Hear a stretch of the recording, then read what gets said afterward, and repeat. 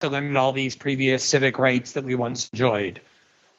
And there's an article from 2006. You could Google this, and you should, because it's a sign of what's coming, where Newt Gingrich gave a speech, and he said, I think we need to amend the First Amendment so that we reduce the amount of the range of free speech that is protected in the name of terrorism, because Islamic extremism is so dangerous. It's not just an idea, it incites hatred, using exactly that same formulation, that we need to get around the Supreme Court cases that say we can't ban it by amending the Constitution to ban it if we want to win the war on terror.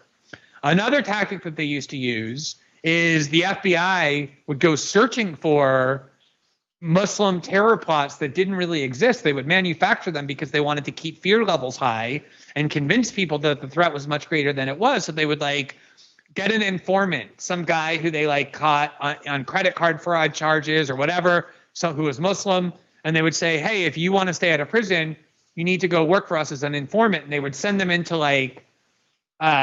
mosques or to college campuses, and they would target not very smart, emotionally disabled 21-year-old Muslim kids, and they would deceive them and manipulate them into saying okay, yeah, I'll join your plot to go blow this thing up.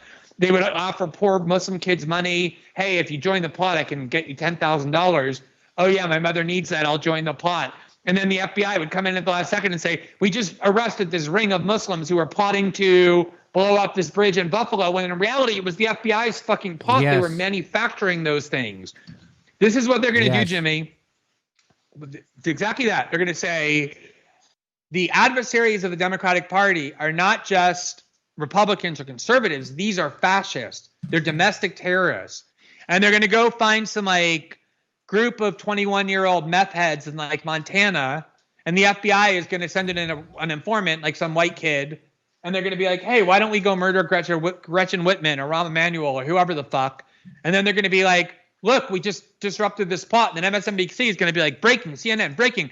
This white terrorist ring here is plotting to do this violence, and they're going to drive up fear levels. So not only do you watch MSNBC and buy the New York Times, but also you then support the Biden administration when they say we need to censor this stuff on the internet because this is dangerous. This is terrorism, just like Newt Gingrich wanted to do in the war on terror. This is the stuff they're planning. This is going to be an extremely authoritarian administration. They have the FBI and the CIA and the NSA behind them, who all supported them. All those fucking Bush Cheney goons and ghouls, from neocons to the Dick Cheney, Karl Rove disciples, are all on their side. They have Silicon Valley and Wall Street, and they are going to try and choke the legal processes of this country and free discourse over the internet in the name of scaring the shit out of people and then saying that it's necessary to stop the threat, just like Bill Clinton tried to do after Oklahoma City when he tried to get a backdoor to the internet